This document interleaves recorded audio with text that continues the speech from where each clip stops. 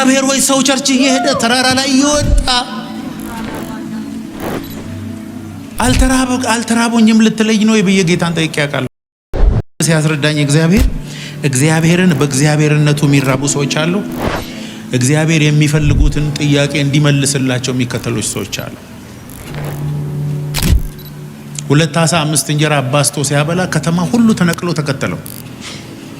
ንጉሥ ሁሉ ሊያረጉት ፈለጉ። ከዛ ጌታ ኢየሱስ ስለበላችሁት እንጀራ ነው እኔን አይደለም የፈለጋችሁ፣ ጥፉ ከዚህ አላቸው። ስጋዬን ያልበላ ደሜን ያልጠጣ ሲላቸው ረህ የሚያስጨንቅ ንግግር ነው ብለው ትተውት ሄዱ ይላል። ከዛ ወደ እነ ጴጥሮስ ዞረና እናንተም ዳይ ጥፉ ከዚህ ሲላቸው ጴጥሮስ እንዲህ አለ፣ እኛ ገብቶናል። አንተ የሕይወት ቃል አለ። ካንተ ወዴትም አንሄድም። ብንበላም ባንበላም ብንጠጣም ባንጠጣም አንተ የሕይወት ውሃ ነህ፣ የሕይወት እንጀራ ነህ። ልንሞትልህ እንከተልሃለን። እድሜ ዘመናችንን ላንተ ለመስጠት እንከተልሃለን። አይደለም ሕይወታችን ስለሆንክ ነው አሉት። መለስ የመጣችሁ ሰዎች አላችሁ። እግዚአብሔር ጥያቄያችሁን ይመልሳል። አንዳንዶቻችሁ ግን ራሱ እግዚአብሔር ርቧችሁ ነው የመጣችሁ። ኢየሱስ ጌታ። እግዚአብሔር ብዙ ጊዜ ፌር አይደለም። በነገራችን ላይ እግዚአብሔር ፌር አይደለም።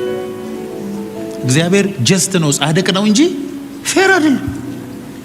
ይቅርታ፣ በቁጥርና በካልኩሌሽን አይሰራም። እግዚአብሔር ራሱ እግዚአብሔር ሕግ አወጣ።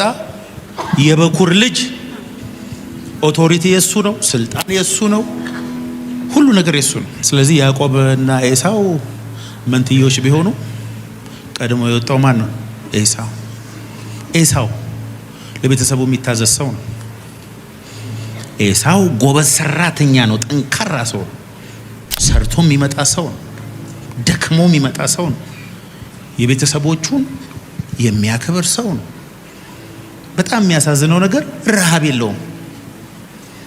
እግዚአብሔርን መራብ የሚባል ነገር ውስጡ የለም። ያዕቆብ የሚባል ሰው ደግሞ ረሃቡ በጣም አደገኛ ነው። አሜን አትሉም እንዴ? የያዕቆብ ትልቁ ሚስጥር ያለው ረሃቡ ጋር ነው። ወንድምየው ሰርቶ ደክሞት በጣም ርቦት እቤት ሲገባ ሽሮ ወጥ ሰርቶ ምስር